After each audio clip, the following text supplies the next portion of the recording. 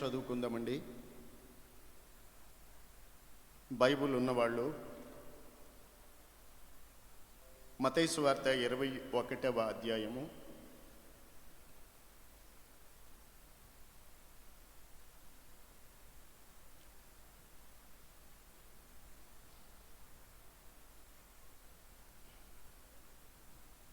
మొదటి నుండి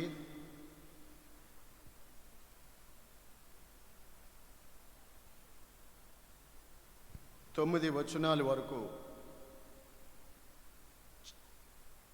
మనం చదువుకోవాలి.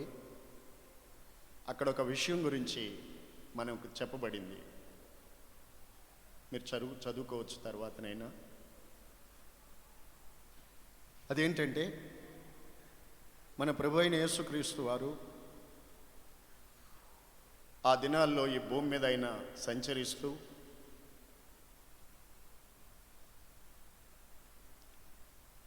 యెరూషలేమునకు సమీపించి బేత్పాగే అనే చోటికి వచ్చినప్పుడు యేసు ప్రభు వారు తన శిష్యుల్లో ఇద్దరిని పిలిచి వాళ్ళతో ఇలా అన్నారు. వాళ్ళిద్దరితో, ఆ ఎదుటనున్న గ్రామానికి మీరు వెళ్ళండి. అదిగో బేత్పాగే అనే పట్టణంలో నుండి ప్రభువు చెప్పారు వాళ్ళకి, ఆ ఎదుటనున్న గ్రామంలోనికి మీరు వెళ్ళండి. వెళ్ళగానే అక్కడ కట్టబడి ఉన్నటువంటి ఏంటిది, గాడిద కట్టబడి ఉన్న గాడిద పిల్ల, గాడిద ఉంటుంది అక్కడ, గాడిద. మీరు వెళ్ళి దాన్ని విప్పి నా యొద్దకు తోలుకొని రండి. ఎవరైనా ఆయనకి అన్ని సర్వం ఎరిగిన దేవుడు కదండి. ఎదుటుందో ఏముందో, దాని వెనకేముందో అన్నీ ఎరిగిన దేవుడు కదా. మీరు వెళ్ళి దాన్ని ఇప్పుతుంటే కొందరు వస్తారు, ఈ గాడిద పిల్లని ఎందుకు ఇప్పుతున్నారు అని మిమ్మల్ని అంటారు. అప్పుడు మీరు ఇలా చెప్పండి, ఇది ప్రభువునకు కావలసి ఉన్నదని చెప్పండి. ఇది ప్రభువునకు కావలసి ఉన్నదని చెప్పండి. అప్పుడు వాళ్ళు దాన్ని విప్పి తోలుకెళ్ళండి అంటారు. తోలుకురండి అని చెప్పారు. ప్రభువు చెప్పినట్టుగానే వారు వెళ్ళి ఆ గ్రామంలోకి వెళ్ళగానే ఆ గాడిద పిల్ల కట్లతో కట్టి బంధించబడి ఉంది. వాళ్ళు దాన్ని ఇప్పుతున్నారు. ప్రభువు చెప్పినట్టే కొందరు వచ్చి దీన్ని ఎందుకు ఇప్పుతున్నారు అన్నారు. ఇది ప్రభు కావాలి అని వాళ్ళు ప్రభు ఆజ్ఞాపించినట్టు చెప్పారు. ఇంకా వాళ్ళెవరూ ఎదురు మాట పలకలేదు, ఇప్పి పంపించారు. ప్రభువు దగ్గరికి దాన్ని తోలుకొచ్చారు. యేసయ్య ఏమన్నారు, అది నాకు కావాలి అన్నారు.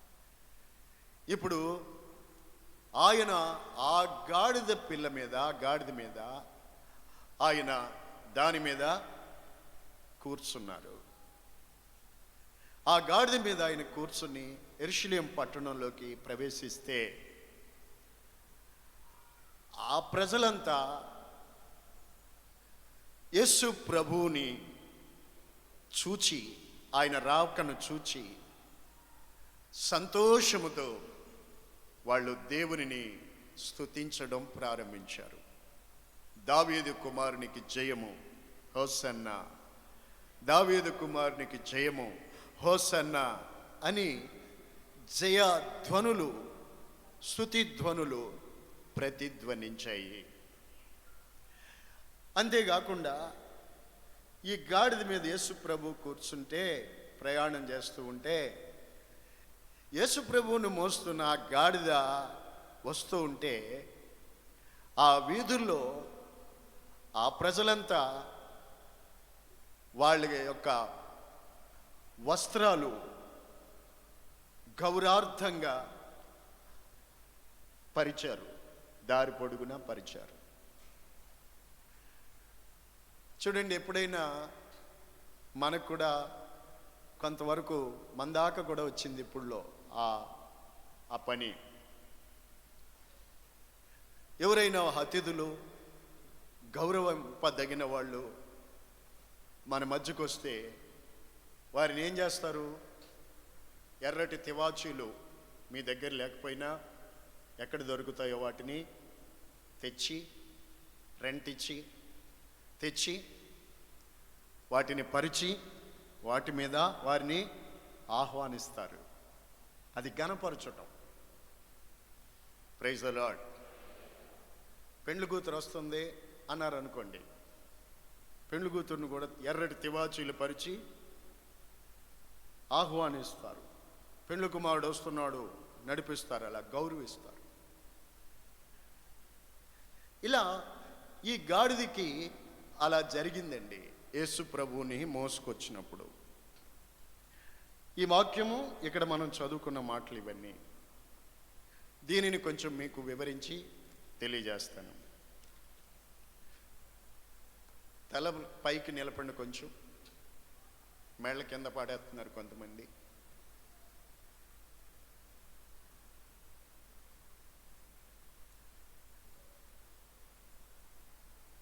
జకరియా గ్రంథంలో 9వ అధ్యాయము 9వ వచనములో ఆ దీనిని గూర్చి జకరియా ప్రవక్త ప్రవచించి ఉన్నారు.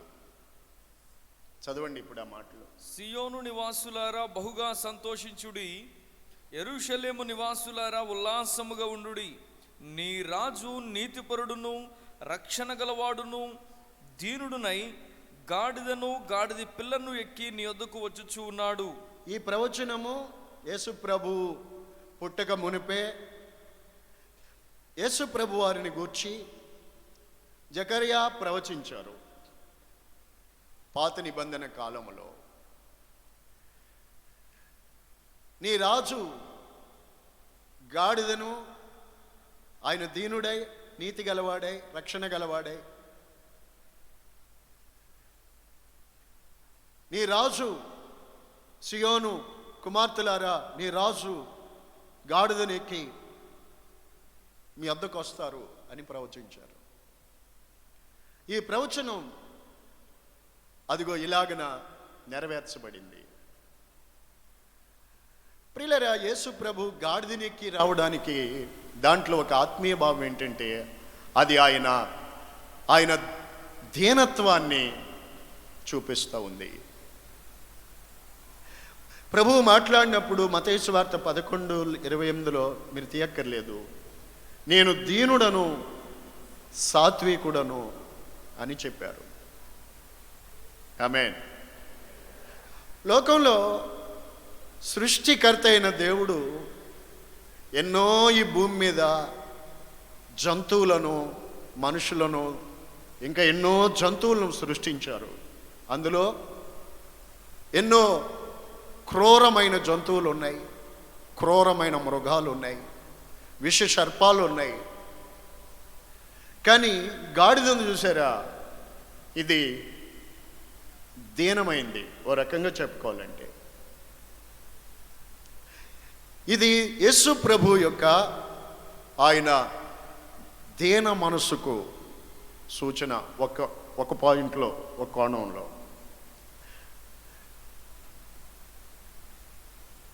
ఆయన దీనుడు. స్తోత్రం. లోకంలో కొన్ని నేను అక్కడక్కడ చూసినప్పుడు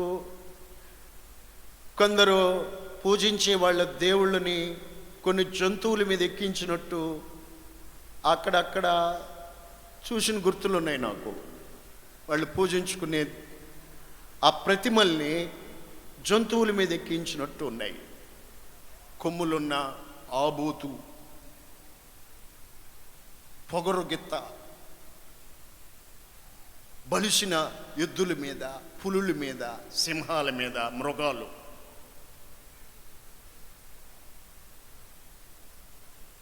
ఏమండి, ఎలకలు, పందికొక్కులు, పాములు, ఈ లేకుండా ఆ దేవుళ్ళు ఒక్కరుగా కనపడతారంటే నేను చూడలేదండి. నా ప్రభు అయిన యేసుక్రీస్తు యొక్క దీన మనసు అక్కడ కనబడుతుంది. ఏమండి, సపోజ్ చూడండి, నేను మంచివాడిని అయితే మంచి వాళ్ళతోటే సహవాసం చేస్తాను, చెడ్డవాళ్ళు నా పక్కన ఎందుకుంటారు? క్రూరమైన వ్యక్తులు నా ప్రక్కన ఎందుకుంటారండి? దాన్ని బట్టి మనం కూడా తెలుసుకోవచ్చు. గాడిదలో ఉన్నది ఇంకో స్వభావం ఏంటంటేనండి, గాడిదలో ఉన్నది అది భారవాహక పశువు. ఇప్పుడంటే మనకి లారీలు వచ్చినాయి, వాళ్ళు వచ్చాయి, టాటా ఏసీలు వచ్చాయి, ఇంకా ఏమండి 407 వచ్చింది, ఇంకా 307 ఏవో వచ్చేసి. అప్పుడు ఏ 07 లేదు, ఇది మాత్రమే ఉండింది. దాన్ని భారవాహక పశువు అంటారు. చిన్నవారు మొదలుకొని పెద్దవారి వరకు ఎక్కువ మంది ప్రజల్లో ఉపయోగించుకునేది బరువులు మోయడానికి, పూర్వకాలంలో ప్రయాణాలు చేయడానికి గాడిదను వాడుకునేవారు. అది భారవాహక పశువు. సరిగ్గా ఆయన ఎందుకు దాన్ని కోరుకున్నారు అంటే ఆయన స్వభావం సరిగ్గా దాన్ని సరిపోయింది, కోరుకున్నారు. ఇంకో కోణంలో ఆలోచిస్తే మనలో మనమాట ఏంటంటే, ఒక్కొక్కసారి పిల్లల్ని గాడిద అని అంటూ ఉంటాం, కొంతమంది పెద్దోళ్ళని కూడా గాడిద అని అంటూ ఉంటారు. అంటే వీళ్ళకి 4 కాళ్ళు ఉన్నాయని కాదు. ఎందుకన్నారు గాడిద అంటే, కొంతమందిని తెలివి తక్కువ వాళ్ళని దద్దమ్మలు ఉంటారు చూసారండి, మరి కొంచెం ఉంటారు కదా, అలాంటి వాళ్ళని, కొంచెం తెలివి తక్కువ వాళ్ళని, అలాంటి వాళ్ళని ఏమంటారంటే మరి గాడిద అంటూ ఉంటారు. అటు గాడిదో నిలువు గాడిద ఏదో గాడిద అంటారు. మొత్తం మీద మీరు గొడవ ఎందుకు? పరిశుద్ధ గ్రంథంలోనే ఒక ఆయన తన కుమారులను గురించి చెబుతూ సరిగ్గా ఒక కొడుకు దగ్గరికి వెళ్ళనిచ్చి ఆ కొడుకునే అన్నాడు ఎంత మాట. ఆదికాండం 49:14-15 అనుకుంటాను. ఇశ్శాకారు, యాకోబు చెప్తారు ఇశ్శాకారును గురించి, రే కొడుకా, నా కొడుక ఇశ్శాకారు, నీవు 2 దొడ్ల మధ్యను పండుకొని ఉన్న బలమైన గార్ధాబము. అదిగో, ఒక్క దొడ్లో పడుకుంటే బాగుండు నీ గాడిద. ఒక్క దొడ్లో, అందుకే అన్నాడు ఆయన. అందుకే అన్నాడండి, అమ్మా రాక వచ్చావమ్మా, కొంచెం వాక్యం విను, పెద్దమ్మ ఊగిసలాడుకు, కొంచెం అటు వెనక ముందుకు ఊగిసలాడుతున్నావు, వాక్యం విను. ఒక దొడ్లో ఉంటే బాగుండి గాడిద, సగం ఒక దొడ్లోనూ, సగం వెనక కాళ్ళు తోక ఇంకో దొడ్లోను, తల ఎదరగాళ్ళు ఓ దొడ్లోను. చూసి వాళ్ళ నాన్నగారే అన్నారు, రే ఇశ్శాకారు, నువ్వు 2 దొడ్ల మధ్యలో పండుకుంటున్నావు, నువ్వు రే. ఇంకా మిగతా కుమారులందరినీ గూర్చి పలికిన శుభవచనాలు వేరు, ఈ కొడుకు గురించి చెప్పిన మాట చూడండి. ఏమన్నారు? చదువుకోండి, బైబిల్ ఉంది కదా, తీసి ఒక్క మాట చదువుకోండి దేవుని మందిరంలో. చదువు అబ్బాయి. ఇశ్శాకారు 2 దొడ్ల మధ్యను పండుకొని ఉన్న బలమైన గార్ధాబము. తర్వాత వచనం చదువు. అతడు విశ్రాంతి మంచిదగుటయు ఆ భూమి రమ్యమైన దగుటయు చూచెను గనుక అతడు మోయుటకు భుజము వంచుకొని వెట్టి చేయు దాసుడగును. ఇది ఫలితం. ఇది అతనికి తండ్రి పలికిన, నోటితో తండ్రి పలికిన మాట అతని గురించి. నీవు భుజము వంచుకొని వెట్టి చేయు దాసుడు అవుతావు. ఎందుకు నాన్నగారు? ఎందుకంటేవేంటి? నీవు రెండు దొడ్ల మధ్యలో పడుకున్న గాడిదవు నువ్వు. అందుకు దేవుని ప్రజలారా, మిగతా వారందరిని గురించి యాకోబు చాలా చక్కటి మాటలు చెప్పాడు. ఆషేర్ శ్రేష్టమైన ఆహారం నీ వద్ద కలదు, యోసేపు ఫలించెడు కొమ్మ నీవు.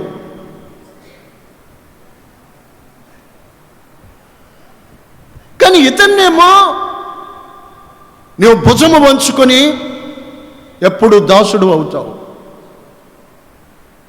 అని చెప్పాడు. దీనికి కారణం ఏమిటి అంటే, బుద్ధి గలవారు గ్రహిస్తారు, బుద్ధిమంతులు గ్రహిస్తారు. యాకోబు పలికినట్టే వాళ్ళ కొడుకులకు ఆ ఆశీర్వాదాలు వచ్చాయి. యేసు ప్రభువుకి సాదృశ్యంగా యాకోబు కనబడతారు. యాకోబు వాళ్ళ క్రియలను బట్టి, వాళ్ళ ఉన్న స్థితిని బట్టి వాళ్ళకు చెప్పుకుంటూ వచ్చాడు. అలాగే జరిగాయి. పరిశుద్ధ గ్రంథంలో కూడా చెప్పబడింది, ప్రకటన గ్రంథంలో, వారి వారి క్రియలు చొప్పున వారికి ప్రతిఫలం వస్తుంది.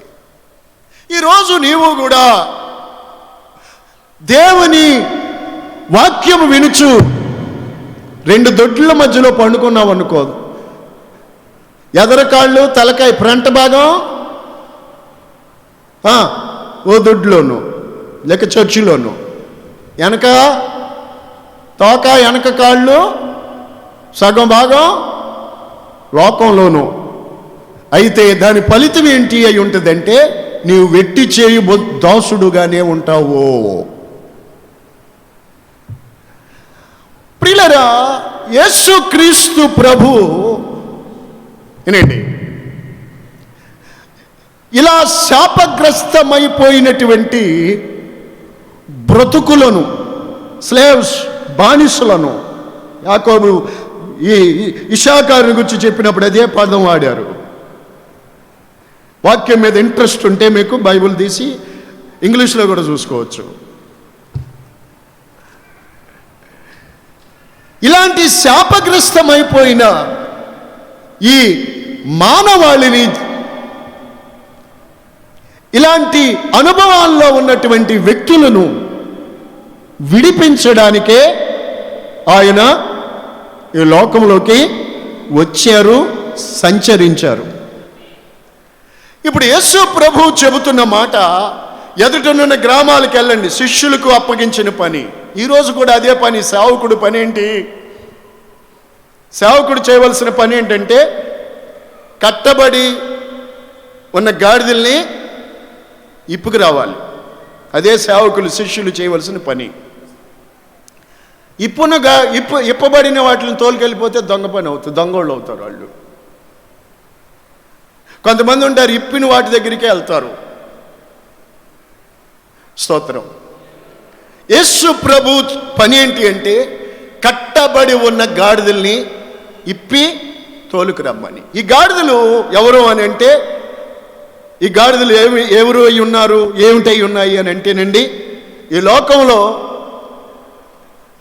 నశించిపోతున్న మానవునికి, శాపాన్ని అనుభవిస్తూ పాపానికి దాసుడుగా బంధించబడి ఉన్న జీవితాలున్నాయి చూసారండి, వారికి సాదృశ్యము.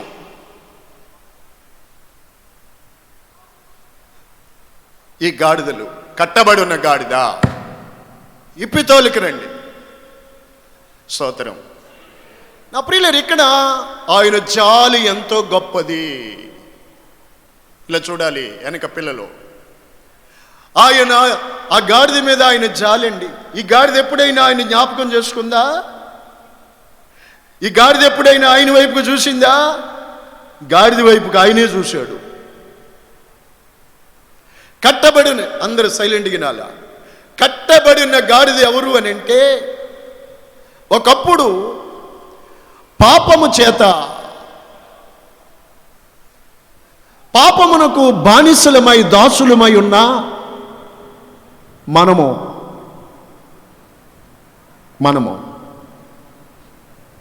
Praise the lord, hallelujah. First one, కట్టబడి ఉంటే అక్కడ ఉండే పరిస్థితులు ఎలా ఉంటాయి?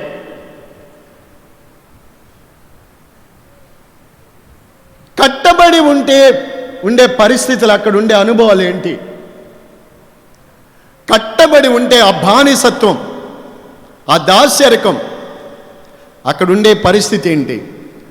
మీరు గమనించారో లేదో, 107వ కీర్తన ఇందాక చదువుకున్న దాంట్లో 11వ వాక్యంలో మనకి కనిపిస్తుంది. దాని గురించి అక్కడ అంటారు, ఇనప కట్ల చేత. ఇనప 107 కీర్తన 11. ఇనప కట్ల చేత బంధించబడిన వారే చీకటిలోను మరణాంధకారములోను నివాసము చేయువారి హృదయమును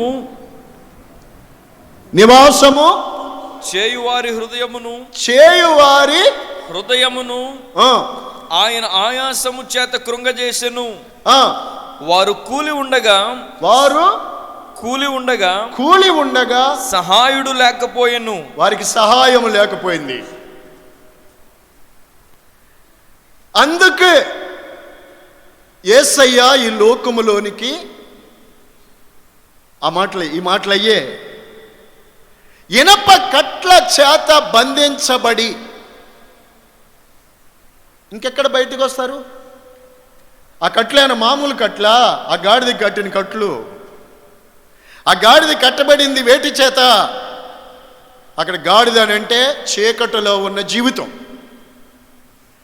పాపములో ఉన్న బ్రతుకు, అంధకారములో జీవిస్తున్న శాపగ్రస్తమైన ఒక మనుషుని యొక్క జీవితం. Praise be to God. వారికి ఏమి లేదు. చక్కటి మాట ఉంది అక్కడ, చదివారు మీరైతే.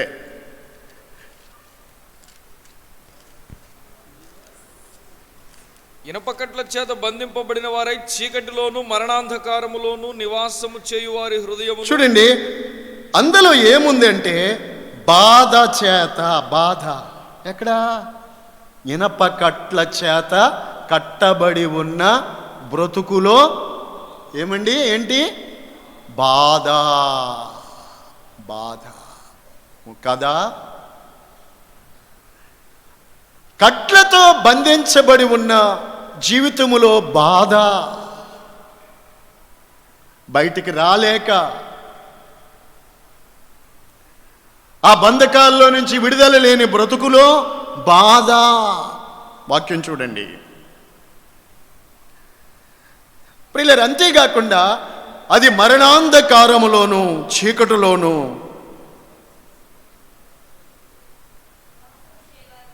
వారు కూలి ఉండగా సహాయుడు లేకపోయాను. ఇప్పుడు యేసు ప్రభు సహాయము లేని, విడిపించేవాడు లేడు, రక్షించేవాడు లేడు, కరుణించేవాడు లేడు, వారి బాధలు తీసేవాడు లేడు. ఈ కట్ల చేత బాధ అనుభవిస్తూ బానిస అయిపోయిన మానవుణ్ణి విడిపించే నాదుడు లేడు. ఆ పరిస్థితి లోకములో ఉన్నది. నా యేసు రక్షకుడుగా అదిగో ఆయన భూమి మీదకి దిగి వచ్చి ఆయన చెబుతున్నారు చూడండి. ఆయన వారికి సహాయకుడిగా వచ్చి ఆయన ఆజ్ఞాపిస్తున్నారు, ఆ గాడిదని విప్పి తోలుకురండి. ఇలా ఆ గాడిదని గురించి ఆలోచించిన వాడు ఎవరు లేరే. ఇలా ఈ గాడిదని గురించి జాలి చూపిన వారెవరు లేరే. ఎవరు ఆ గాడిద? ఇదిగో ఇదే గాడిద. నేను ఒకప్పుడు ఇనప కట్ల చేత బాధను అనుభవిస్తూ మరణాంధకారములో ఉన్న గాడిదని నేను. Praise the lord. హల్లెలూయా, హల్లెలూయా.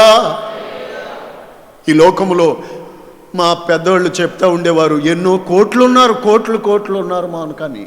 కోట్లు డబ్బు కాదండి, డబ్బులు అయ్యి అనుకున్నారు.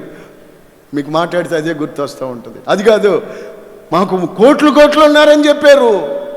ఎవరు? దేవుళ్ళు. ఇలా చూసి ఎవరు సహాయము చేసిన వారు లేరు.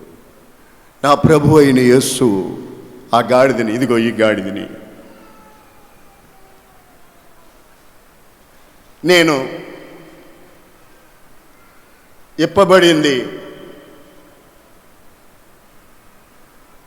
ఎప్పుడు తెలుసండి మీకు? 1991 సంవత్సరం సెప్టెంబర్ మాసం 23వ తారీఖు. అంతవరకు నేను బాధ చేత, ఇనప కట్ల చేత బంధించబడి, కట్టబడి, బాధపడుతూ మరణాంధకారములో సహాయము చేయవారు లేకుండా నేను ఉంటిని. ఆ గాడిద నేనే. మీకు నా మీద పెట్టుకొని మీకు అర్థం చేసుకుంటారని చెబుతున్నాను.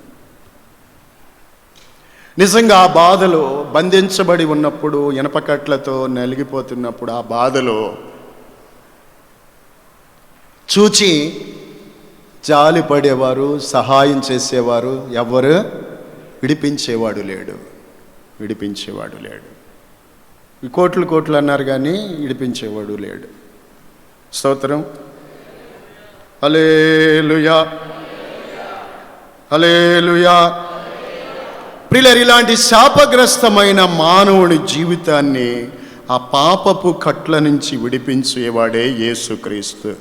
ఈరోజు నీవు ఒకవేళ అలాంటి బాధాకరమైన కట్లు, ఇనప కట్లు తెంచుకుందామంటే మన శక్తి చాలదు, విడిపించుకుందామంటే మన వల్ల కాదు. ఈరోజు అనేక మందిని అడిగి చూడండి, ఏమయ్యా ఎందుకు అలా తాగుతావు? మిమ్మల్ని కాదండి, ఏనండి, ఎందుకు అలా తాగుతావు? నీ ఒళ్ళు పోతుంది, ఇల్లు పోతుంది, పిల్లల బతుకు భవిష్యత్తు పోతుంది. ఎందుకయ్యా బతుకు నాశనం చేసుకుంటావు? దరిద్రం ఎత్తిపోతుంది. ఎందుకయ్యా అంటే, అలాగే తాగిపోతుండే కాదు, తిరిగిపోతోళ్ళని, అక్రమ సంబంధాలు, పరశరీరానుసారులు అక్రమ సంబంధాలు పెట్టుకుని వ్యభిచార కోపంలో కూరుకుపోయి దరిద్ర పనులన్నీ చేసుకుని ఇలాంటి బాధలకు గురైపోయి, రోగాలకు గురైపోయి శాపాన్ని అనుభవిస్తున్నారు చూసారా? పిల్లల బ్రతుకులను కూడా శాపంగా మారుస్తున్నారు చూసారా? తల్లిదండ్రులు సరిలేకపోతే పిల్లల జీవితాలు శాపంగా మారిపోతాయి కదా, కుటుంబ వ్యవస్థ నాశనమైపోతుంది కదా. ఇలాంటి వారు అందులో నుంచి బయటకు వద్దామని అంటే వాళ్ళే అంటారు, మానేయాలని నాకు ఉందండి, చేయకూడదని నాకు ఉంది, తప్పని నాకు తెలుసు, బట్ అందులోంచి బయటికి రావడం ఏమో పోనివ్వండి, ఇంకా అలా పోనివ్వండి అంటాడు ఆ మనిషి. ఎందుకని? ఆ ఏం కొట్లయ్యి? ఎనప కొట్లు, కనపడని కొట్ల మధ్యలో ఈ రోజున మనిషి కట్టబడి చుట్టబడిన గాడిదలాగా బాధ అనుభవిస్తూ ఉన్నారు. అవునా కాదండి? అవునా కాదా? ఈ కట్ల గురించి మీకు కొంచెం లేఖనాల్లో చెప్తాను. 116 కీర్తన అవసరం చాలా అవసరం కనుక దేవుని మాటలు మీరు నోట్ చేయాలా. నీ దగ్గర ధనధాన్యాలుంటే అవి నిన్ను బాగు చేయవు. దేవుని వాక్యం ఉంటే నీ జీవితం బాగుపడుతుంది. 116 కీర్తన 16వ వచనము చదవండి. వెనకాల వారు కూడా చదవచ్చు. మీరు అలవాటు అయిపోకండి, చదవకుండా అలవాటు అయిపోకండి, చదవండి, చురుగ్గా ఉండండి. యెహోవా, నేను నిజముగా నీ సేవకుడను, నీ సేవకురాలు కుమారుడనై ఉన్నాను. నీవు నా కట్లు విప్పి ఉన్నావు. స్తోత్రం. ఎందుకైనా దేవుని సేవకుడయ్యాడు?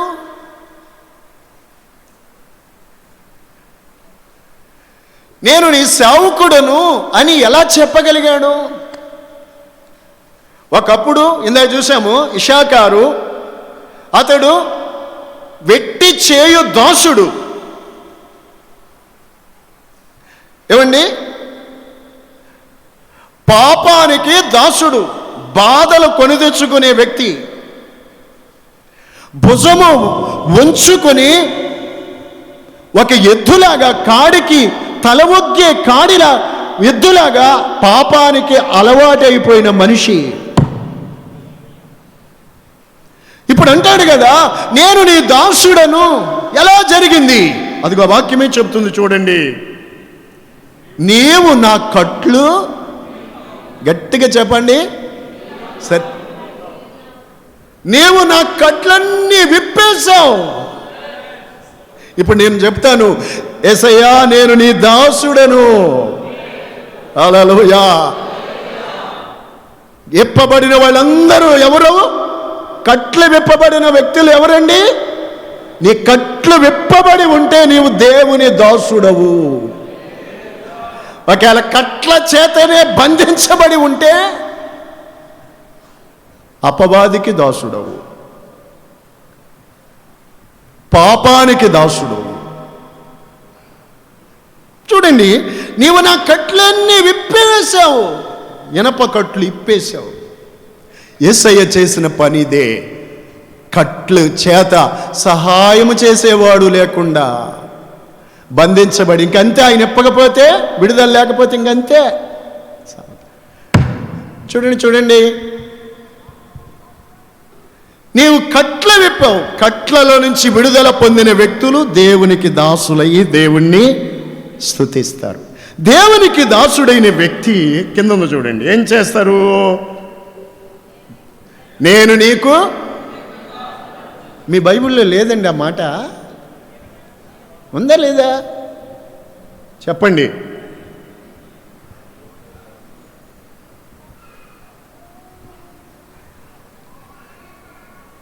హల్లెలూయా. మన గుడారాల పండుగల్లో మీరు వచ్చారు కదా, కొంతమంది సండే స్కూల్ పిల్లల్ని పాటలు పాడిచ్చారు, చక్కగా పాడిచ్చారు కదా. దేవదూతల్లాగా వాళ్ళు తెల్లగా డ్రెస్లు వేసుకుని, గౌన్లు వేసుకుని చిన్న చిన్న పిల్లలు పాడారు. ఇంకెక్కడి నుంచో వచ్చిన వాళ్ళు కూడా పాడారు. వాళ్ళు ఎవరంటే మోగవారు. వాళ్ళు పాడలేదు, కానీ ఎలాగంటే ఆ పాటని యాక్షన్ చేసి చూపించారు. ఎందుకని? వాళ్ళకి మాట్లాడలేరు, మోగవారు. స్తోత్రం. హల్లెలూయా. మోగవారికి కూడా ఇప్పుడు వాక్యం డిఫరెంట్ ఉన్నవారికి కూడా వాక్యం మన మోహన్ సి లాజరస్ గారు ఆ ట్రాన్స్లేటర్ని పెట్టి ఆయన చెప్తున్న వాక్యము ఇలాగ అర్థమయ్యేలాగా చెప్తున్నారు. నేను కూడా ఎవరినైనా పెట్టుకుంటే బాగుంటుందేమో అలాంటి వాళ్ళని ఒకరిని. ఎందుకంటే మీలో ఏ ఒక్కరూ మిస్ కాకూడదు రేపు ప్రభు రాకల్లో. మిమ్మల్ని ఆయన ఎదుట నిర్దోషులుగా నిలబెట్టాలని మా పని. స్తోత్ర. ఎవరైనా అవసరం అండి? ఎవరికైనా అవసరమా? అవసరమైతే చెప్పండి, తప్పదు. ట్రాన్స్లేట్ చేసి ఇలా అలా ప్రార్థన చేయాలి అని చెప్పేవాళ్ళు కూడా ఉంటారా? మీకేమైనా అవసరమైతే అది ఎతుకుదాం, చూద్దాం. మనం అడిగింది వాళ్ళు దేవుడు ఇవ్వకపోతాడా? స్తోత్రం చెప్పండి. నేను ఆ ధైర్యంతోనే చెప్తున్నాను, మనకు అవసరం అనుకుంటే ఏసై ఇవ్వకపోతారా అని. స్తోత్రం. మీ బైబిల్లో ఉందా లేదా? అదేనండి. ఒకవేళ మీరే మాట తేలితే అవసరం కాదో నాకు కూడా అర్థం అవుద్ది. ఉందా లేదా? ఏముంది? కొంతవరకు బెటర్ అయ్యింది ఇప్పుడు, కొంతవరకు. మిగతా వారు కూడా చూడాలి మొత్తం.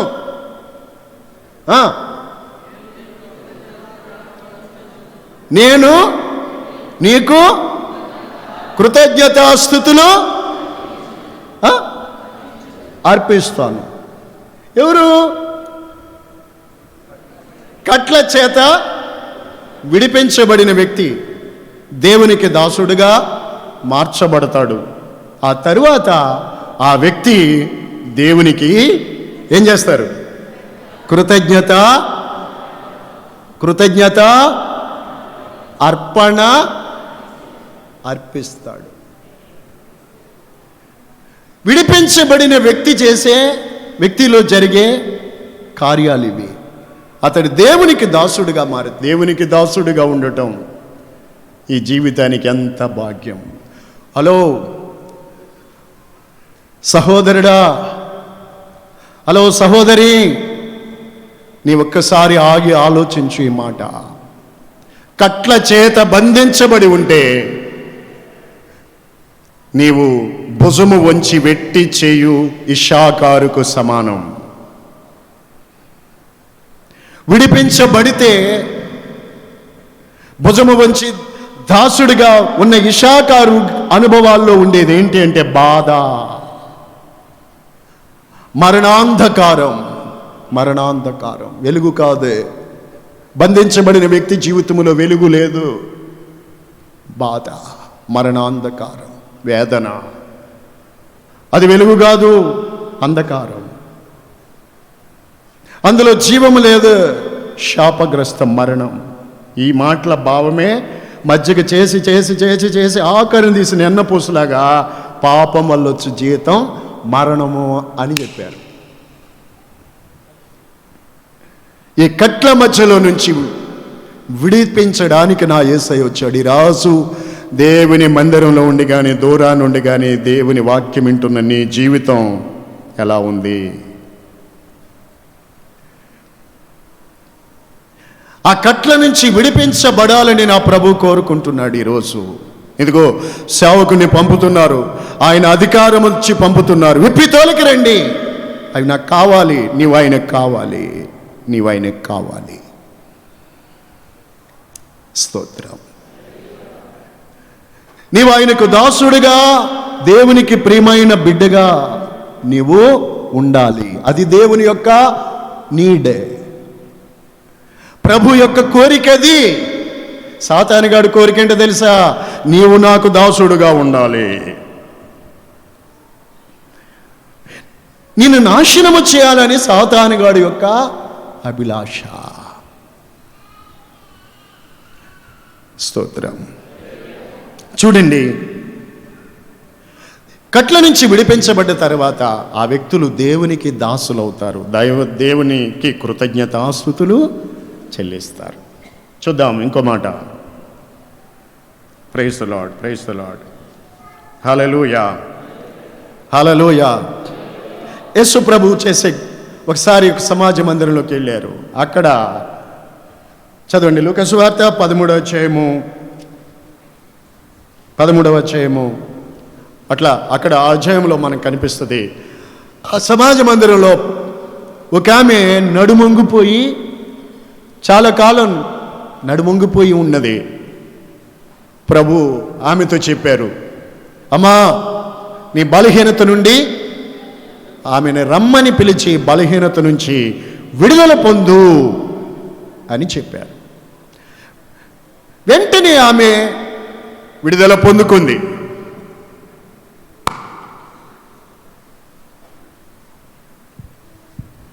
విడుదల పొందింది. ఆమెలో ఉన్నటువంటి, ఆమె నడుము వంచేసినటువంటి ఆ దయ్యాలన్నీ కూడా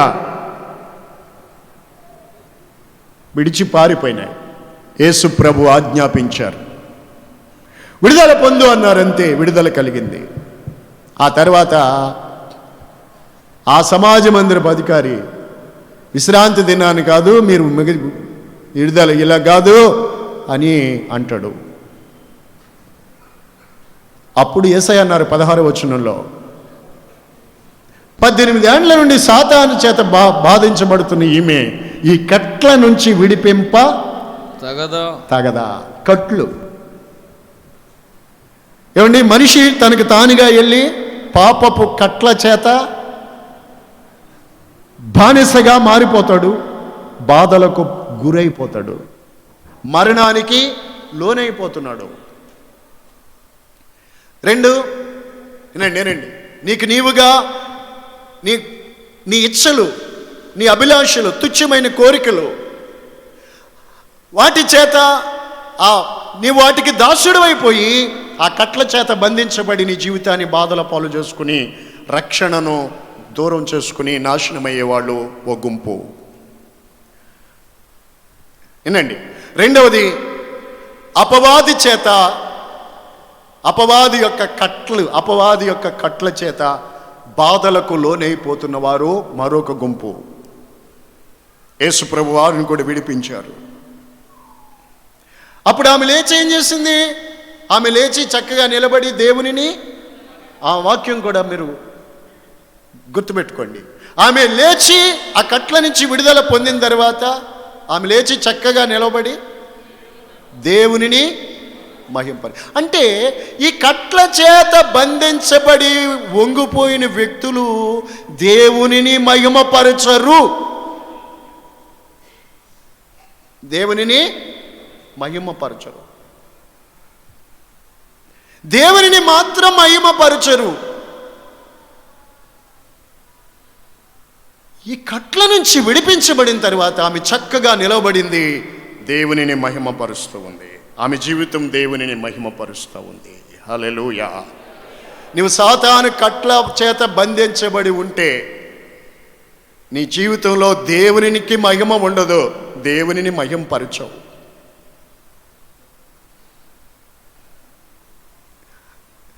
దేవునికి మహిమ ఉండదు నీ జీవితం ద్వారా.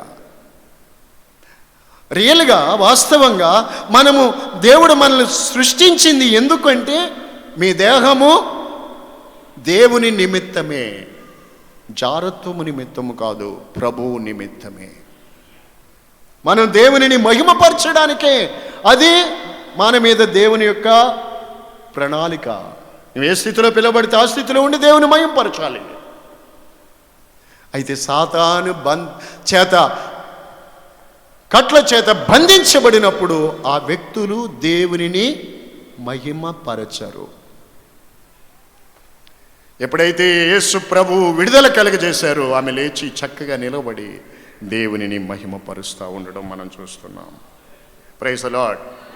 అందుకే నా ప్రభు దానిని విడిపించి నా యొద్దకు తోలుకు రండి అంటున్నాడు. ఎందుకు? నీవు దేవునిని మహిమపరిచే బిడ్డగా ఉండాలని దేవుడు నిన్ను కోరుకుంటున్నాడు. హల్లెలూయా. నీవు దేవునిని మహిమపరిచే వ్యక్తిగా ఉండాలని ప్రభువు కోరుకుంటున్నాడు. స్తోత్రం, స్తోత్రం. యోహాను 11:44లో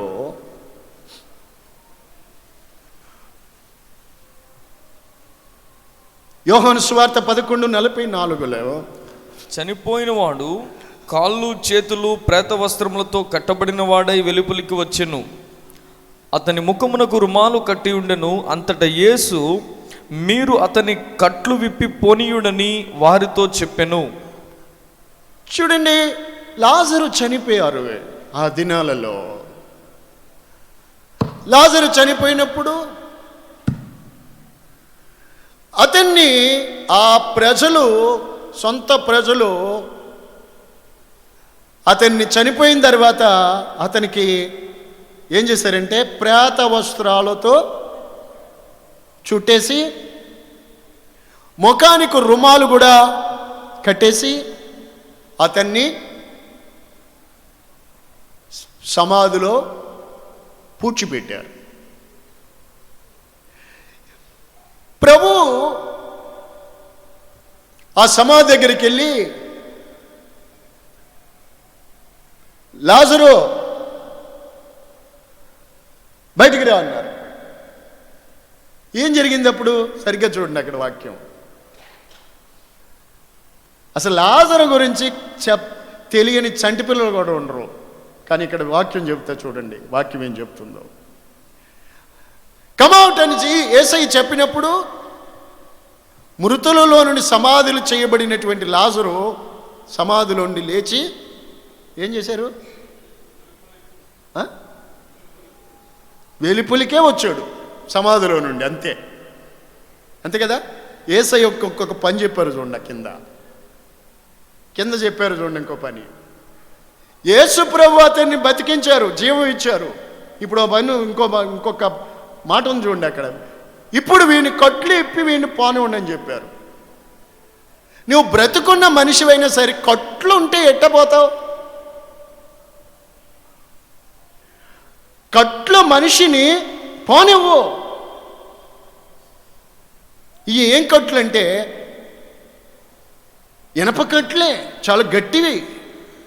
అయితే ఈ మనుషులు కట్టిన కట్లు, ఇందాకేమో అపవాది కట్లు, ఇది ఇందాక ముందు చెప్పాను పాపపు కట్లు, ఇది మనుషులు కట్టిన కట్టులు లేక కట్టడలు. కొన్ని ప్రాంతాల్లో చూడండి, కొంత కుటుంబాల్లో చూడండి, కట్టుబాట్లు అంటారు కదా, కట్టుబాట్లు. చర్చికి వెళ్దామని ఉందండి, దేవుడు గొప్ప దేవుడు, మీ దేవుడు, మందిరానికి వెళ్దామని ఉంది, వద్దామని ఉంది, కానీ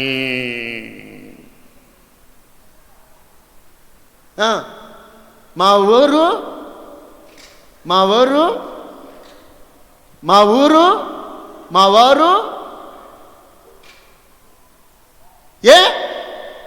ఇది మా కట్టుబాటు. ఇలాగే ఇక్కడే అలాగే చచ్చిపోవాలి. ఏమైపోవాలి? హలో బ్రదర్, ఇలాగే అదే విధంగా అలాగే చచ్చిపోవాలి, అంతే. చచ్చిపోనివ్వండి. యేసయ్య చెప్పాడు కదా, ఇప్పుతోలికి రండి, ఎవడైనా వచ్చి ఎందుకు ఇప్పుతున్నారు మీరు అడుగుతారు. అలా కట్టబడి ఉంటేనే వాళ్ళకి సంతోషం. సహాయం చేసేవాడు ఎవడు లేడు. ఈ రోజున కూడా లోకంలో కట్టుబాట్లు, అనేక మంది ఆ కట్టుబాట్ల వల్లే దేవుని దగ్గరికి రాలేకపోతారు. యేసు ప్రభు ఈ లాజర్ని ప్రాణం ఇచ్చి బతికించారు, బయటకు వచ్చాడు, కానీ ఎక్కడికి వెళ్తాడు?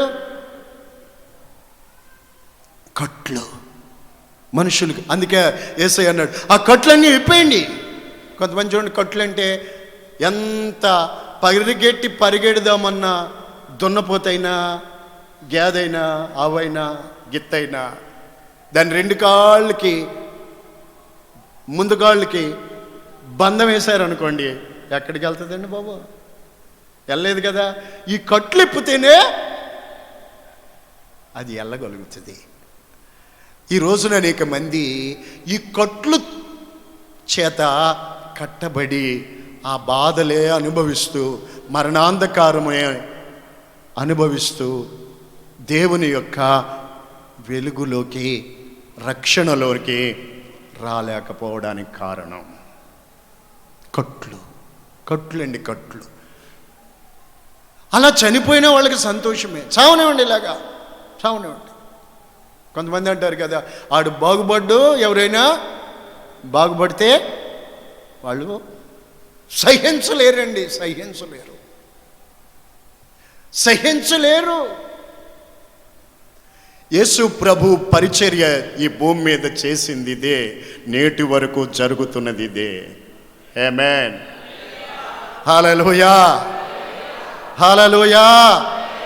ప్రభు మనల్ని కరుణించాడు, ప్రభు మన మీద దృష్టి ఉంచారు, ఆయన జాలిపడ్డారు, అలాంటి బంధకాలలో నుంచి మనం విడిపించారు. కనుకే ఈ రోజున దేవునికి దాసులమయ్యి దేవునిని కృతజ్ఞతాస్తుతి చెల్లిస్తూ దేవునిని మనము చక్కగా నిలబడి దేవునిని మహిమపరచగలుగుతా ఉన్నాము. ఆమేన్. కట్లు. హలో బ్రదర్, చాలామంది రోజున ఎందుకు రక్షణ పొందట్లేదు? కట్లు. మా వాళ్ళు ఒప్పుకోరండి, గుడి దాకా వచ్చి వెళ్తాను వస్తాను. కట్లు. ఇవి తీసేయాలా, అవి మానేయాలా? అయ్యి బాబాయ్, వాళ్ళతోనే మృతమైపోతావా? అలాగే ఆ కట్లతోనే చనిపోతావా? అది మరణాంధకారం. ఆ వాక్యంలోని అర్థం అది. యేసు ప్రభు ఎంత దయగలవాడు. నీ కట్లలో నుంచి, నీ పాపములో నుండి నిన్ను విమోచించేవాడు నా ప్రభు అయిన యేసుక్రీస్తు. ఆయన కులకర్త కాదు, మతకర్త కాదు. చెప్పండి మీరు వెళ్ళి సువార్త. హల్లెలూయా. రెండు చేతులు ఎత్తి నిండు మనసుతో స్తుతి చెప్పండి. కొంతమంది పాపపు కట్లు చేత బాధించబడి బాధ అనుభవిస్తూ ఉంటే, కొంతమందిని అపవాదిగాడు సాతానుగాడు కట్టిన కొట్లు, ఇనప కొట్లు, ఆ కట్లలో కొంతమంది బాధ అనుభవిస్తుంటే, కొంతమంది కులకొట్లు. రే మీరు కట్టిన కట్లని ఇప్పండి రా. ఎందుకో ఈ చచ్చిపోయిన వాళ్ళకి మనకు ఆడ ఉండదులేండి, అక్కడ ఉంటుంది. లెక్కేసి మరీ కడతారు కట్లు. ఎన్నేసావురా వెంకన్న, లెక్కేసి మరి కడతారు కొట్లు. ఏం తక్కువైతే మిమ్మల్ని జుట్టు పైనుండి జుట్టు పట్టుకుని ఎన్నేసావురా అని అడుగుతాడా?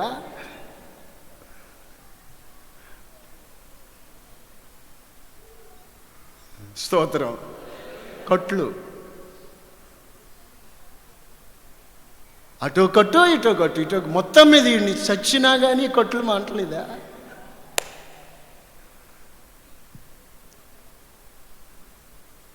కాటిదాకా తీసుకెళ్ళి కనపడకుండా చేసే మనుషులండి. ఈ కట్లన్నీ విప్పండిరా. యేసు ప్రభు వాళ్ళ చేత ఇప్పించాడు.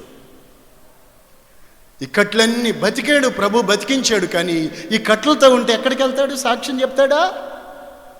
యేసు ప్రభు నన్ను బతికించాడని చెప్పాలని ఉంది. ఎక్కడికి వెళ్తాడు? కట్లు. ముఖానికి రుమాలు కట్టేశాడు. ఇప్పుడు మీరు కరోనా వస్తుందని కట్టుకున్నారులేండి మీ ముఖానికి. అప్పుడు మీరు ఎవరో నాకు తెలవట్లేదు ఇప్పుడు. స్తోత్రం. హల్లెలూయా. ఇప్పుడు కరోనా వస్తుందని ముఖానికి కట్టుకున్నట్టు అప్పుడు లాజర్ గారికి వాళ్ళు నోట్లో మట్టి ఆడుతుందని కట్టారు, బూడిదాడుతుందని కట్టారు. ఈడెక్కడికి సచ్చినోడు ఎక్కడికి వెళ్తాడు? వీడికి ఎందుకు కట్టారా బా మీ కట్లు? యేసుప్రభుని ఇప్పండి, వీడి కట్లు ఇప్పండి. వాళ్ళ కట్లన్నీ ఆల్చేత ఇప్పించిన తర్వాత, అరే అప్పుడు చదువుకుంటే నాకు గొప్ప మాట దొరికింది. ఈ లాజరు ఈ కట్లన్నీ ఇప్పబడిన తర్వాత, ప్రభు ప్రాణం ఇచ్చిన తర్వాత, ఈ లాజరు అనేకులకు యేసు ప్రభువును గూర్చి సాక్షిగా మార్చబడ్డాడు. ఈ లాజర్ను చూసిన వాళ్ళు తమ వారిని విడిచి యేసు ప్రభువునందు విశ్వాసం ఉంచారు. యేసు ప్రభునందు విశ్వాసం. ఈ లాజర్ను చూచి, ఆ మాటను చూడండి అక్కడ, ఈ లాజర్ని చూచి. నేనే చెప్పాలి మీకు. స్తోత్రం. హల్లెలూయా. అతనిని బట్టి యూదులలో అనేకులు తమ వారిని విడిచి యేసునందు విశ్వాసముంచిరి. యోహాను 12:10. ఏమండి, ఇప్పుడు ఈ లాజరును బట్టి అతన్ని చూచిన వాళ్ళు యేసునందు విశ్వాసం ఉంచారు. నా ప్రియులరా, అందుకే యేసయ్య కోరుకుంటున్నాడు, ఆ గాడిద ప్రభువుకి కావాలి, నీవే ప్రభువుకి కావాలి. ఎందుకు కావాలి? నీవు దేవునికి దాసుడు అయితే, నీవు దేవునిని కృతజ్ఞతాస్తుతులు చెల్లించి దేవుని మహింపరిచి దేవునికి సాక్షిగా అనేక మంది జీవితాలకు ఆశీర్వాదకరంగా ఉండాలని దేవుడు నిన్ను కోరుకుంటున్నాడు. ఇప్పుడు విడుదల పొందిన వాళ్ళు ఎలా ఉన్నారు? ఒక్కొక్క మాట చెప్పాను కదా మీకు. చెప్పండి, విడుదల పొందిన వాళ్ళు ఎలా ఉన్నారు? ఒకటి, దేవునికి దాసులై కృతజ్ఞతాస్తుతులు చెల్లిస్తున్నారు. రెండు, వారు చక్కగా నిలబడి ఇంతవరకు వంగిపోయారు, ఇంతవరకు వంగిపోయారు, ఇంతవరకు నేల చూపులు పైకి కాదు. గూనమ్మకి ఆకాశం కనపడుతుందా? గూనెవాడి నడుము కాయ కట్టేసింది, పెద్ద గుమ్మడికాయ అంతా గూనె వచ్చేసింది, ఇంకా పైకెత్తది. సైతానుగాడు చేసే పని, కొంతమందికి పై చూపు ఉండదు, నేల చూపే ఉంటుంది, ఎప్పుడు పైకి చూడరు. భూసంబంధమైన తలంపులే, భూసంబంధమైన మాటలే, భూసంబంధమైన ఆలోచనలే, భూసంబంధం. ఒక్క మాట ఉండదండి, అదే గూని, పైకి తలెత్తనివ్వదు. ప్రభువా తండ్రి అంటారు కదా, పంది తన జీవితంలో ఎప్పుడూ చూడని ఒక దృశ్యం ఓ రోజు చూసి ఆశ్చర్యపోయిందంటండి. పంది ఎప్పుడూ చూడలేదంట. అదేంటో తెలుసా? అది దానికి శుభదినం అనాలో ఏ దినం అనాలో నాకు అర్థం కావట్లేదు. ఎప్పుడు అంటే ఇద్దరు మనుషులు దాని కాళ్ళు కట్టి కర్ర అడ్డం పెట్టి భుజాన్ని వేసుకున్న తర్వాత అప్పుడు ఇది అంత కొత్త వాతావరణంగా ఉంది, నేను ఎప్పుడు చూడలేదు అనుకునే లోపులోనే కింద పెట్టారు. ఇంకా చూడండి, ఇంకా మంట పెట్టారు. మొక్కలు ఇంకా తరుగుడు. ఇంకా నా దేవుని బిడ్డలారా, మీరు చక్కగా నిలబడాలా. దెయ్యము నీలో ఉంటే దుష్టుడు నిన్నెప్పుడు చక్కగా నిలబడినవాడు. చక్కగా నిలబడ్డం అంటే ఈ చక్కగా కాదు. స్తోత్రం. నీవు ఆత్మ సంబంధంగా ఎక్కడ వంగిపోయావో లొంగిపోయావో సాతానుగాడికి నిన్ను ఎక్కడ వంచేసుకున్నాడో, ఎక్కడ బెండ్ చేశాడో ఆ పరిస్థితుల్లో నుంచి విడుదల పొంది నీవు దేవునిని మహిమపరచాలి. అదే ప్రభువు కోరుకుంటున్నారు.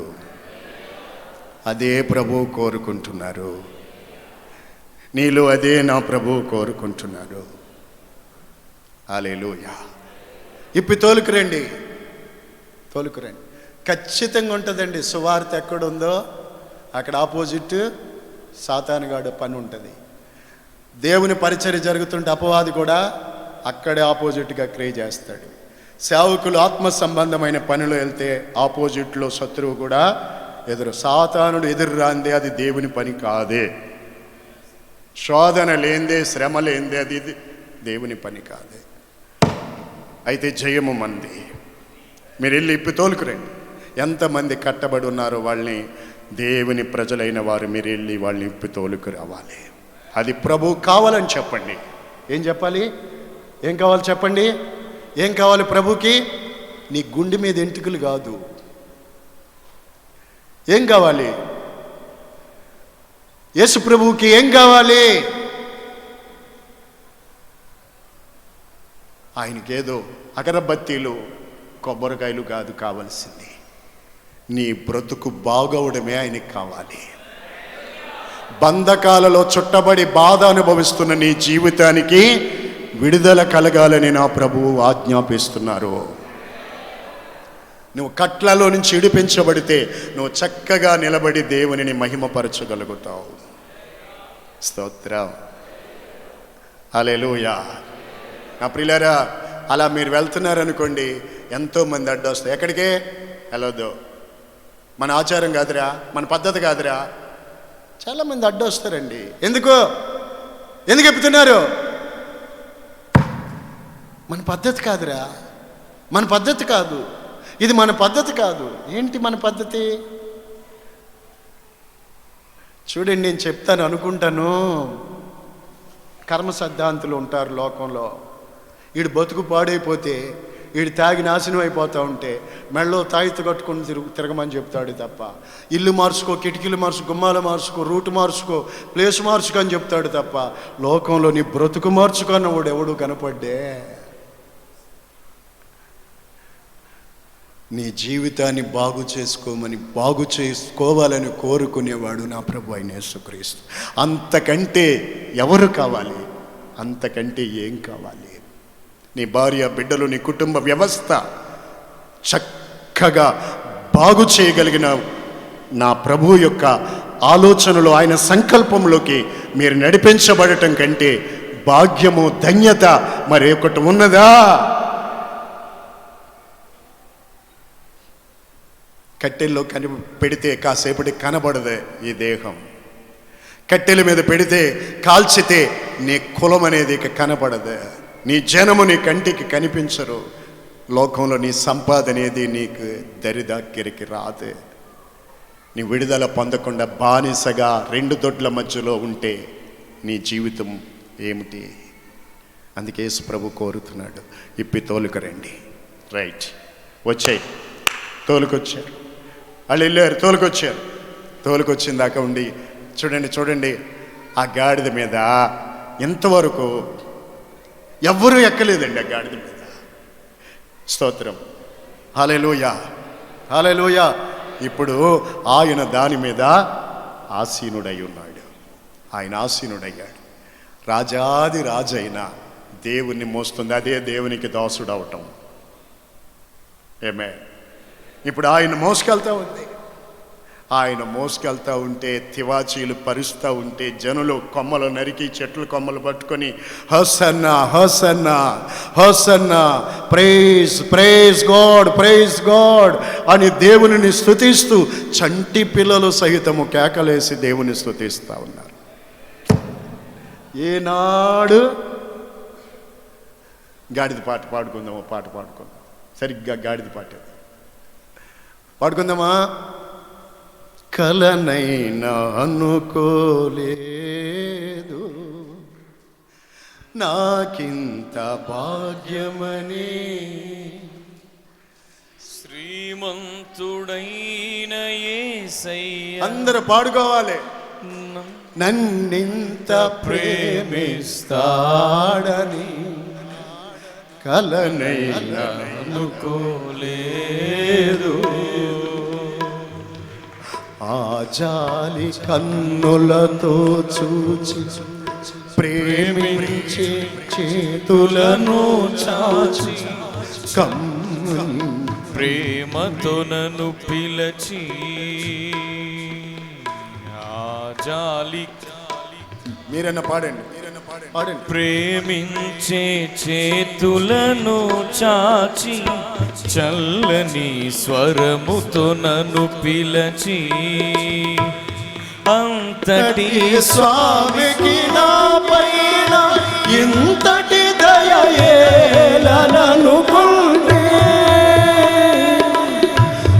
అంతటి స్వామికి నా పైన ఇంతటి దయయేలననుకుంటే,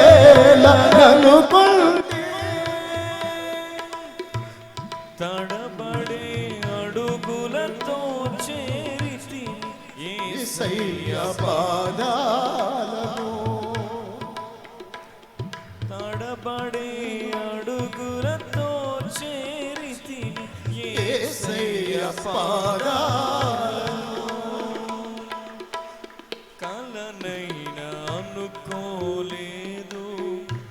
హల్లెలూయా.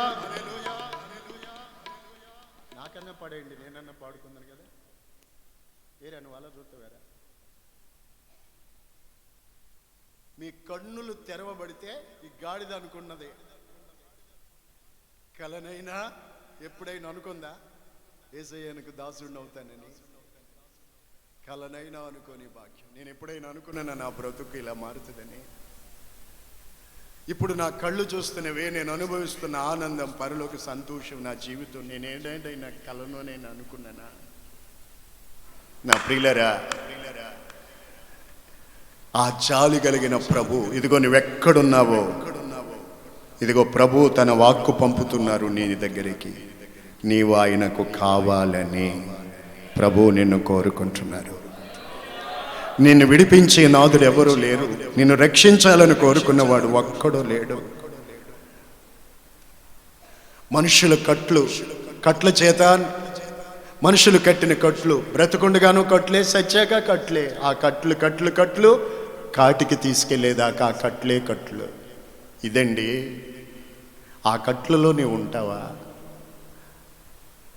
ఆ కట్ల మధ్యలో నుండి విడుదల పొంది యేసు ప్రభువుకి దాసుడుగా మారుతావా? యేసుక్రీస్తు నీ సొంత రక్షకుడిగా అంగీకరించి ఆయనను మోసే గాడిదగా మారితే నీ బ్రతుకు చూడు. ఏనాడైనా నడిచిందండి గాడిద? ఈ నడక, ఈ దారిలో ఎప్పుడైనా ఈ విధంగా నడిచిందా?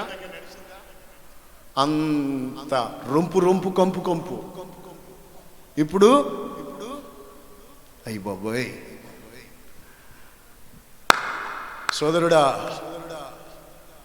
నా ప్రభువు కోరుకుంటున్నాడు నిన్ను ఆయన కావాలని. స్తోత్రం, హల్లెలూయా. ఇప్పుడు ఆ గాడిద ఆయన మోస్తా ఉంది, తీసుకెళ్తా ఉంది. వినపడుతున్నాయి, 2 చెవులతో వింటుంది, జయము జయము జయము. యేసు క్రీస్తును కలిగి ఉన్న వ్యక్తుల జీవితాలకు వినపడేదేంటి? వినపడుతున్నదేంటి? వినబడేదేమిటి? వినబడబోయేది, వినేది ఏమిటో తెలుసా? జయము జయము. నీ జీవితానికి జయము. ఎలా? ఎలా? ప్రభు అయిన యేసు క్రీస్తు మూలముగానే మనకు జయము కలుగుతుంది. వేటి మీద తెలుసా? లోకములో యేసు క్రీస్తుకు నువ్వు దాసుడిగా ఉన్నప్పుడు లోకం మీద నీకు జయం, సాతాను మీద నీకు జయం, మరణం మీద కూడా మనకి జయమే జయమే జయమే. అదిగో చూడండి, హోసన్నా హోసన్నా హోసన్నా, జయము జయము. యేసు క్రీస్తుకు నువ్వు దాసుడివైతే నీ జీవితములో జయము జయము. నీ జీవితమే జయ జీవితంగా మార్చబడుతుంది. ఆమేన్, హల్లెలూయా. ఆయన నిన్ను ఎక్కడికి తీసుకెళ్తారు? ఆయన నిన్ను ఇప్పి, ఆయన నిన్ను కోరుకున్న నీ ప్రభు నిన్ను ఎక్కడికి తీసుకెళ్తారు? నీవు నడవవలసిన మార్గాల్లోనే నిన్ను నడిపిస్తారు. నిన్ను నిత్య జీవములోకి నిన్ను ఆయనను తీసుకొని వెళ్తారు. 2 చేతులెత్తి చప్పట్లు కొట్టి యేసు నామాన్ని ఘనపరచండి. అందుకే నా ప్రభువు నిన్ను కోరుకున్నాడు. అందుకే యేసయ్య నిన్ను నన్ను కోరుకున్నాడు. గలతీ 5:1 చదువుకుని ప్రార్థన చేసుకోబోతున్నాం. గలతీ పత్రిక 5వ అధ్యాయము 1వ వాక్యము. ఈ స్వాతంత్ర్యము అనుగ్రహించి. ఇప్పుడు ఏమొచ్చింది గాడిదకి? ఏమొచ్చింది అయ్యా? ఏమొచ్చింది గాడిదకి? గాడిద నీకేమొచ్చింది? ఇప్పుడు స్వాతంత్రం వచ్చింది. మనకి ఎందులో నుంచి స్వాతంత్ర్యం? 1947లో వచ్చిన ఆ స్వాతంత్రం గురించి నేను మాట్లాడట్లేదు. ఏ దేశానికి స్వాతంత్ర్యం వచ్చినా, ఇండియా కానీ, ఇజ్రాయెల్కి కానీ, అమెరికా కానీ, ఏ దేశానికి స్వాతంత్ర్యం వచ్చినా అది బాహ్య సంబంధమైన దేశ స్వాతంత్ర్యం అది.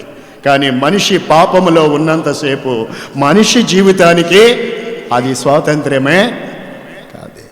రక్షించబడితే, పాపి మారు మనసు పొంది రక్షించబడితే అదే నిజమైన స్వాతంత్ర్యము. అదిగో చూడండి, క్రీస్తు మనలను స్వతంత్రులుగా చేశాడు. అంటే యాకోబు ఇస్సాకారికి చెప్పిన మొదటి మాట, నీవు భుజము వంచుకొని వెట్టి చేయి దాసుడివై ఉంటావు.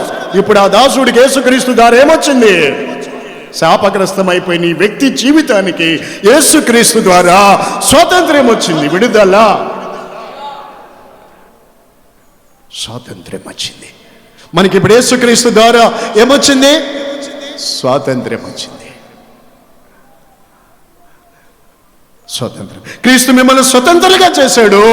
కాబట్టి మీరు స్థిరముగా, అందరూ బైబిల్ తీసి ఏలు పెట్టి చూడాలన్నమాట. కాబట్టి మీరు స్థిరముగా నిలిచి మరలా దాస్యమును కాడి కింద చిక్కుకోవద్దు.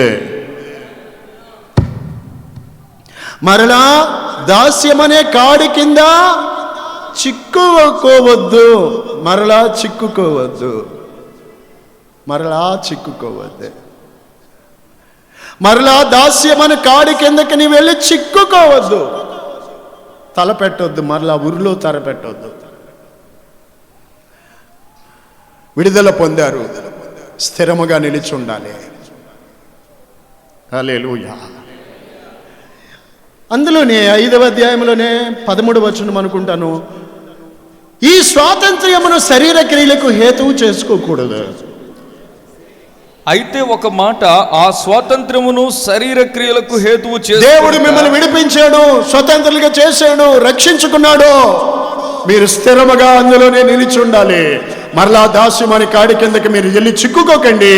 అయితే ఈ స్వాతంత్ర్యమును శరీర క్రియలకు హేతుగా చేసుకోనకూడదు. Praise be to God.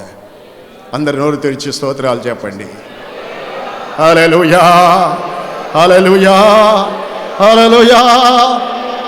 దైవ బిడ్డలారా, దేవుని ప్రజలారా, నా యేసు కోరుకుంటున్నాడు, ఆ గాడిదని తోలుకు రండి. అది ప్రభువు కావాలి. ఎవరికి మనం అక్కర్లేదు. అప్పుడు ఎవరికి కావాలి?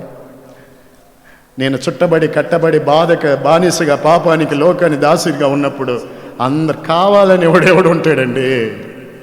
ఇప్పుడైతే కావాలంటారు, మీరైనా కావాలని కోరుకుంటారు, ఎవరైనా కోరుకుంటారు. కానీ అప్పుడు ఎవరు కోరుకుంటారు? అందరితో నీది ఓ బతికేనా చెప్పిస్తారు, తోలనాడుతారు, తుంచుతారు, చచ్చితే మంచిదనుకుంటారు. కానీ యేసు ప్రభు నీవు కావాలని కోరుకున్నారు. దైవ బిడ్డలారా, ఈ మాటలు వినిచున్న నా సహోదరి సహోదరులారా, ఎంత ప్రేమ, దేవుని ప్రేమ మన మీద. ఈ వాక్యం విన్న మీరు చెప్పనా, ఈరోజు నీవెవరికైనా కావాలంటే నీ ఒంట్లో గుంజు ఉండబట్టి, నీ దుమ్ములో మూలుగు ఉండబట్టి, నీ ముఖం కలకల్లాడుతుంది కాబట్టి, ఏదైనా కాస్త కలతప్పిందనుకో, శరీరం ముడతలు పడుతుందనుకో, పనికిరావు నువ్వు. అప్పుడు ఎవరికి అక్కర్లేదు. నీ దగ్గర ఏదైనా గుంజు ఉందనుకో, కాస్త ఎవరికైనా కావాలంటారు. నా ప్రభు అయిన యేసుక్రీస్తు, ఆయన ప్రేమ ఎంత గొప్పదో చూడండి. ఈరోజు నీ పరిస్థితి బాగుంటే నిన్ను వాడుకొని వదిలేస్తారు మనుషులు, నిన్ను శాపగ్రస్తులుగా మార్చేస్తారు. చెరుకుగాడ చూసారా? మిషన్లో పెట్టి 2 రాళ్ల మధ్యన పెట్టి రసం తీసుకుంటారు. ఆ పక్క నుంచి ఈ పక్కన చొక్క కూడా ఉండకుండా మడతెట్టి మడతెట్టి మడతెట్టి మడతెట్టి తిప్పి అటు తిప్పి ఇటు పెట్టి అయిపోయిందా? ఎందుకు ఇంకా నువ్వు తుక్కు, ఇంక పనికిరావు, ఇంకా పడే అవసరం తీర్చుకున్నాడు ఆ స్వామి. అలాంటి స్వామి కాదు నా స్వామి. స్తోత్రం. నువ్వే స్వామిని నమ్ముకుంటున్నావు? Praise the lord.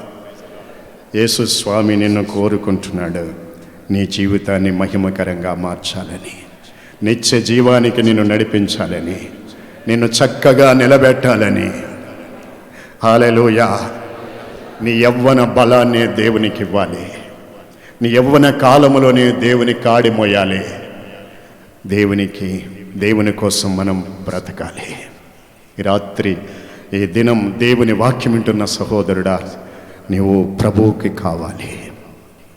అందరూ మీరున్న చల్ల స్థలాల్లో లేచి నిలబడండి.